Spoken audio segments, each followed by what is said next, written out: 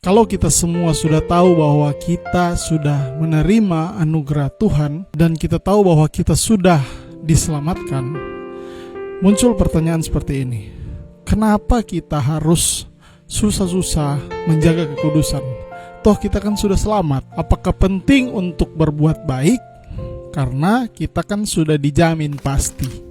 Roma pasal 6 ayat 15 dengan jelas mengatakan bahwa kita sekali-kali tidak diperkenankan untuk berbuat dosa setelah kita diselamatkan. Kalau kita tahu bahwa keselamatan yang Allah berikan itu cuma-cuma dan kita terima gratis, maka kita tidak akan menyia-nyiakan keselamatan yang sudah Allah berikan dengan kembali berbuat dosa. Kalau kita tahu bahwa keselamatan yang Tuhan berikan itu mahal harganya, diberikan dengan darah Kristus yang tertumpah, maka kita akan menghargai keselamatan yang Tuhan berikan itu dengan tidak lagi kembali diperbudak oleh dosa. Dalam ayat ke-17b sampai 18, di situ sudah dengan jelas bahwa kita patut berterima kasih kepada Tuhan yang sudah berinisiatif untuk menyelamatkan kita. Masakan kita yang dulunya hamba dosa dan dibenarkan oleh Tuhan menjadi hamba kebenaran, mau berkutat lagi dengan dosa yang dulu kita lakukan?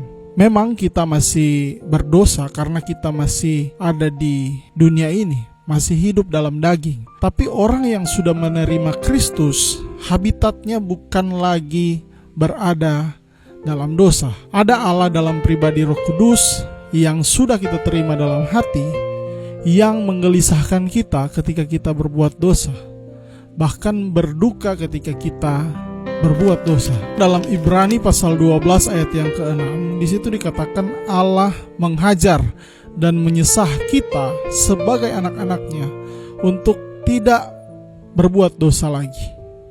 Jadi sudah jelas teman-teman, kita yang sudah percaya, sudah menerima Tuhan Yesus sebagai Tuhan dan Juru Selamat, habitat kita bukan dalam dosa lagi.